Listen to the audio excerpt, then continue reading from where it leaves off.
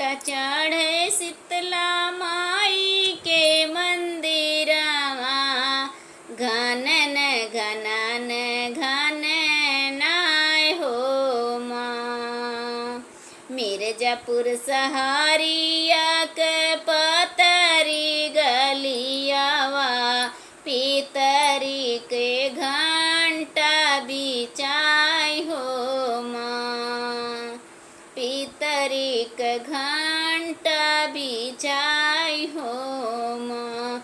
उह घंटा चढ़े शीतला माई के मंदिरवा घनन घनन घननाय हो माँ। मिर्जापुर गलियावा के पतरी गलियावा मिर्जापुर सहरिया के पतरी गलियावा पितरी के घंटा बिछाई हो माँ। उह घंटा चढ़े काली माई के मंदिरवा हो काली माई के मंदिरवा घनन घनन घननाय हो माँ। घनन घनन घननाय हो माँ। मिर्जापुर सहरिया के पतरी गलियावा पितरियु के घंटा बिचाई हो माँ।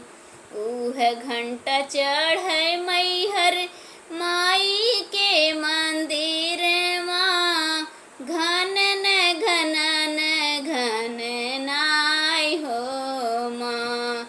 उह घंटा चढ़े मैहर देवी के मंदिरवा घनन घनन घननाय हो माँ।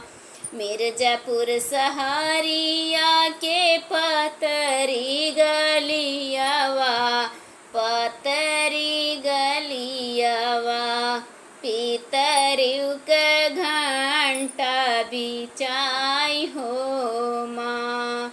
उह घंटा चढ़े चौकिया माई के मंदिरवा उह घंटा चढ़े चौकिया माई के मंदिरवा घनन घनन घननाय हो माँ।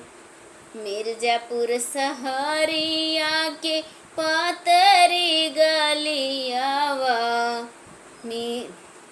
पितरी के घंटा बिचाई हो माँ। उह घंटा चढ़े वैष्णो